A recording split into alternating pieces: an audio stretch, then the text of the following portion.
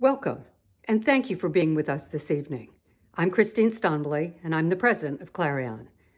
We are so glad that even during these extraordinary times, we can still be together tonight to celebrate the new year by listening to the Clarion Choir, newly nominated for a Grammy, present the Rachmaninoff Vespers.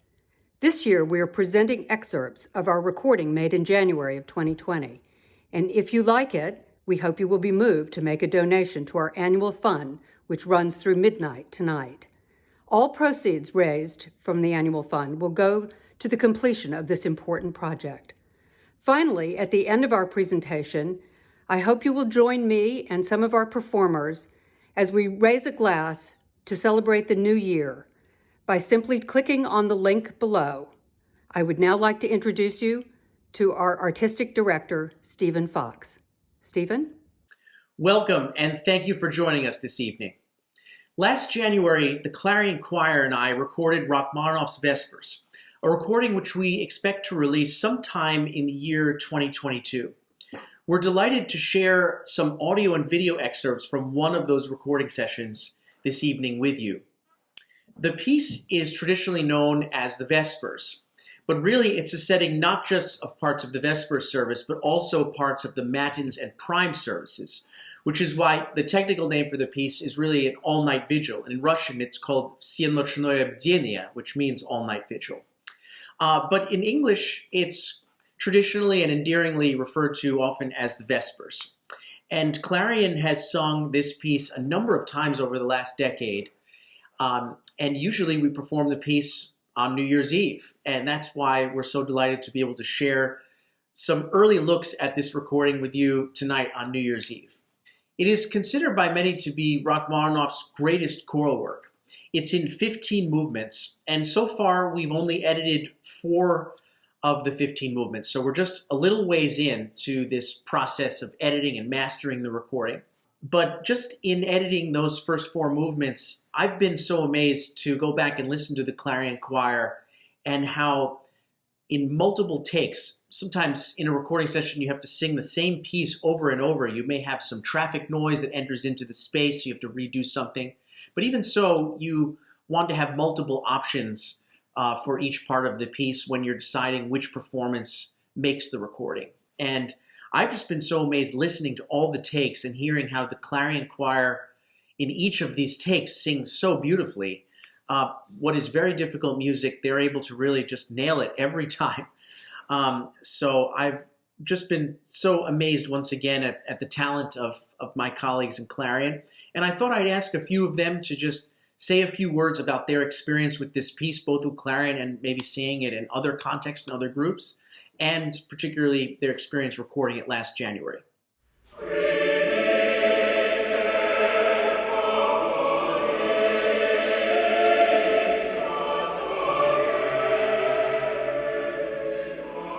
Hello, my name is Mickey Sodergren. I am a mezzo-soprano, and I'm also a singer who regularly gets the privilege of performing with the Clarion Choir and Orchestra. About 2 years ago was my very first time ever performing the Rachmaninoff Vespers in its entirety, and I had the pleasure of performing that not only with the Clarion Choir, but also under the direction of Maestro Stephen Fox. It was such an exciting experience, and I was lucky enough to be a soloist, the alto soloist on Movement 2. And since then, Stephen has honored me by allowing me to be the soloist for consecutive performances of the Vespers, and that included the recording that we did in January of 2020, which now seems like a lifetime ago. But it was such an exciting experience to record this amazing piece of music in such a beautiful space. The dome over us where we were performing and recording was so acoustically interesting that it actually affected where we stood on stage and the way that the mics had to be set up to properly capture the full sound.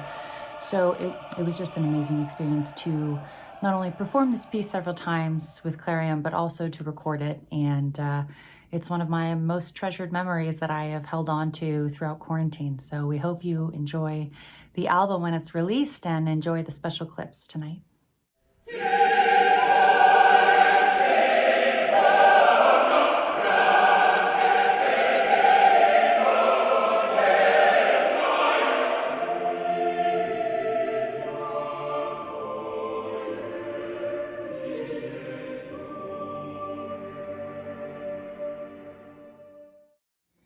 Singing with Clarion is always a great experience, and even though I may have had a small heart attack when Stephen asked me to be a part of this recording project, I was also really excited. I had had the opportunity to sing these solos with Clarion previously at their New Year's concerts, as well as a tour to Toronto with them, but the idea of being a part of a new Clarion recording project was so exciting for me, and it was such an honor to be a part of it. The recording sessions themselves turned out to be incredible experiences, and I think we were all really thrilled with the results that we found in those recordings. I can't wait to hear the final result, and thank you so much for letting me be a part of this. Happy New Year, everyone. My name is Luthien Brackett, and I've been privileged to be a member of the Clarion Choir for about 14 years now. And I'm so sad not to be able to perform the Rachmaninoff all-night vigil this New Year's Eve, as I have sometimes had the opportunity to do with Clarion in the past. But I'm so glad to have the opportunity to talk about what performing that piece with the Clarion Choir and Stephen Fox has meant to me. It's one of those pieces that as a professional musician you probably performed dozens of times during your professional career. I've probably performed the Rachmaninoff Vespers about 25 times at least, and it's one of those pieces that never fails to move me, no matter how many times I do it. The miracle of Rachmaninoff to me is the way that no matter what instrument he's performing for, his genius as an orchestrator is unequaled. He can make a choir of unaccompanied voices sound like a symphonic orchestra, from the growling double basses all the way up to the piccolos at the top. Performing this piece with Stephen has been such a particular joy, and I consider him to be the definitive interpreter of the work for me, because he has such a deep respect and love for the Russian culture, Russian music, the Russian language, which he speaks fluently. And so having that extra level of immersion in the piece really helps him to communicate many more layers of meaning, and that as a performer is so special and meaningful when I'm singing this work. I wish all of you a happy and healthy new year, and I can't wait to see you again in person. Good first word, though. Yeah. That was great.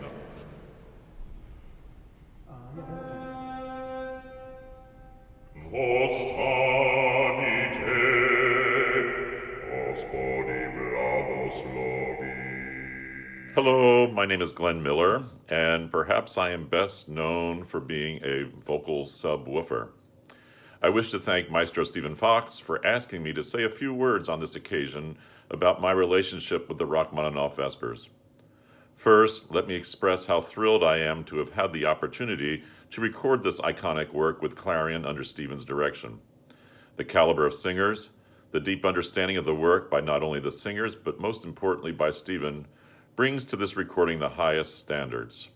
Clarion has been living with this work for many, many years, and because of this, the work has truly settled in our bones and souls. I personally have been living with this work for well over 30 years, first singing and recording it under the direction of the legendary Robert Shaw. Truly, this work has been the center of my vocal career path and my vocal home. Each time I've sung it, more and more about this work has been revealed, both on a musical level, but more importantly, on a spiritual level. My association with Stephen Fox first began many years ago when he and I sang and recorded this work with the choir of men and boys of St. Thomas Church, Fifth Avenue, under the direction of John Scott. From our conversations then, I soon learned that he had a deep intuitive resonance with this music and music of this genre. And as Clarion became more and more immersed in the music of the Russian Orthodox tradition, it became clear that at some point we needed to record the Vespers, but only after we had lived with this music for quite some time in order to truly do it the justice that it deserves. So thank you, Clarion organization, for making all of this possible. And congratulations, Stephen and the singers of Clarion, for this gift to us all, particularly as we navigate these days of COVID. May this recording be an icon to the world of that which is far greater than ourselves.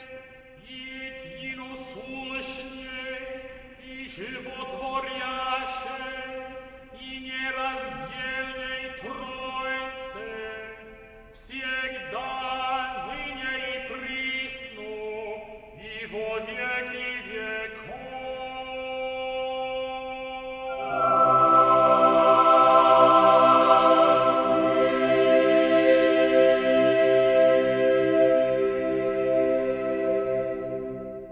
When one has the chance to perform a monumental piece like the Vespers a number of times over a span of years, you develop a kind of relationship with the work where every time you revisit the piece, you learn more about it and you see something new.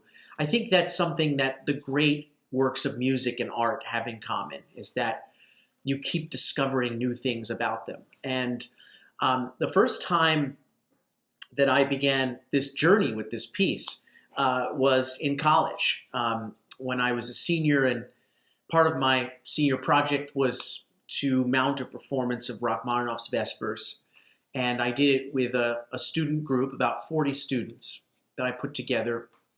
And I must admit that there were certain parts of the piece that I didn't get that first time around, for sure. And two of the pieces that I didn't really get were the ones we're about to hear. These two short hymns that come at the end of the vigil. They're Troparia, resurrection hymns. And on the page, they look quite simple, but as with all of Rachmaninoff's music, there's so much depth that does not meet the eye at first, but you see it as you get into the music. I learned early on in the rehearsals that this is a very difficult piece for student singers to perform. And I remember going to my professor a few weeks before the performance and saying, this is not an easy piece for students to sing. Is there any way that maybe I could cut a couple of the smaller movements? My attention was really focused at first on these large-scale symphonic movements, like the Great Doxology and the Magnificat. And so I asked my professor, maybe we don't have to do them in this performance. And he said, absolutely not. Your project was to give a complete performance of Rachmaninoff's Vespers, so you have to do the whole piece. So I ended up asking a small group of the more advanced students to prepare these two movements. And ironically, they became two of my favorite parts of the piece. And the movement that we're about to hear is one of these two short hymns that come towards the end of the all-night vigil. One of the things about this particular work that I fell in love with when we did that performance in college was the last line. He has given us the victory and great mercy, which in Russian is "Probiedu dadia nam I veliu milost." And I just loved the way that Rachmaninoff set those last couple of words, great mercy, veliu milost, such a beautiful word in the Church Slavonic. And I ask you to listen to the beautiful way, the delicate way that Rachmaninoff sets that word to music. So here's an audio excerpt from our recording. And this was recorded at the Holy Trinity Greek Orthodox Cathedral in New York City.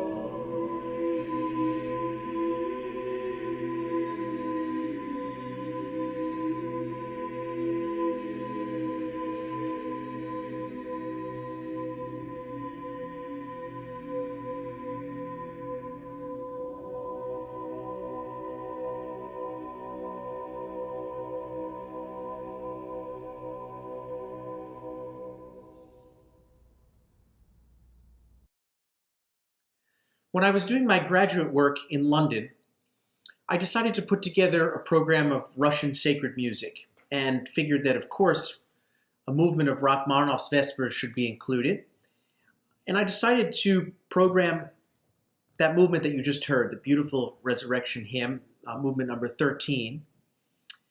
And we gave a performance at the Temple Church in London, a beautiful acoustic, very appropriate for this music.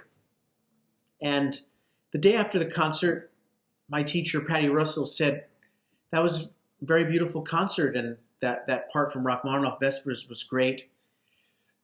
Isn't that movement 14 so amazing? And I said, you mean movement 13? That's what we sang yesterday. He said, no, I mean movement 14, the movement after that, where the tenors soar up to that high B flat pianissimo in the fifth measure. And I ran home that day and opened the score and looked at that moment he was talking about. I thought, yes, that really is extraordinary. They have to go up to high B flat pianissimo, and then they crescendo to mezzo forte. Then they're in unison with the altos. And so that movement suddenly became more interesting to me. And I remember when I returned to New York a few years later, I was singing with the choir of St. Thomas Church on Fifth Avenue, and their wonderful director, John Scott, gave a performance of Rachmaninoff's Vespers and recorded the piece. And I was a part of that. And I was singing tenor in that performance and that recording, and had a chance to sing that very line and was really thinking about it that this time around. And I also fell in love with another tenor line later in this movement, very, very heroic line at the end of this movement that you'll hear, "Thou hast granted peace to the world." And this is also the favorite part of my dear friend and colleague Barbara Malk, with whom I worked at Clarion for more than 10 years. So we're about to hear movement 14 from Rachmaninoff's Vespers, which we have on video from our recording sessions. And we'll also hear the final movement, movement 15, which in a service would not be attached to the 14th movement, but in a concert seems almost as though Rachmaninoff meant for them to be attacca, the way the keys relate to one another. 14 really seems to lead right into 15, and that's the way we generally perform it when Clarion sings this piece. And the 15th movement is unlike any other part of the piece. Very, very celebratory, and I think it's a very percussive movement rhythmically. I can almost imagine Rachmaninoff sitting at the piano realizing this piece. It's very pianistic, the way the very, very rich chords line up together. And I also love how all of the music really leads to the final phrase, "Rejoice, raduйся, O unwedded bride." So I hope that you enjoy these video excerpts from our Rachmaninoff Vespers recording sessions. And right after we play these, I hope that you'll join us on Zoom for a toast to the new year. I know this has been a difficult year for all of us, and we've all been touched by the pandemic in different ways. So let's hope for a wonderful 2021 with much beautiful music being sung and played together.